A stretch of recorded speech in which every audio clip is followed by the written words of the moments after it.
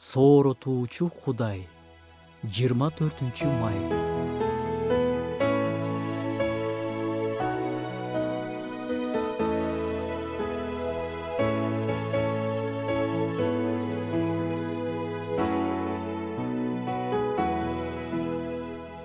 Кудайдын биздин жашообуз үчүн пландары бар.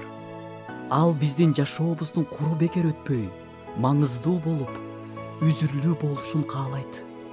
Ошол пландары ишке ашышы үчүн ал биз менен иштешет.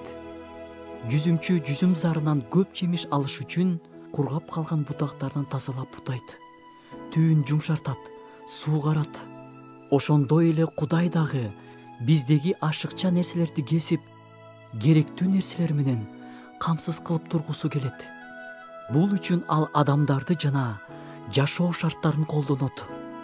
Анын колунда жумшак материал болуп, каршылык көрсөтпөсө эле сонун жемиштерди алып келе алабыз.